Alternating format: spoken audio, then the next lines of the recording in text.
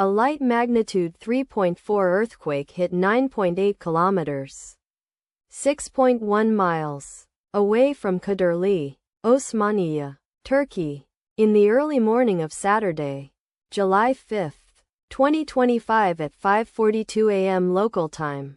Europe, Istanbul GMT +3. The quake had a very shallow depth of 7 kilometers, 4.3 miles, and was not felt, or at least not reported so. First to report, EMSC after 8 minutes. The earthquake occurred 11 days after a magnitude 4.5 earthquake had hit on Tuesday, June 24, 2025, at 7:09 a.m. local time. Europe, Istanbul GMT +3. In 75 kilometers, 46 miles, distance to the north. Data source from Volcano Discovery. Did you feel it?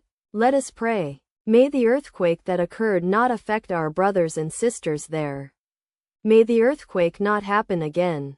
And may God protect everyone. Amen.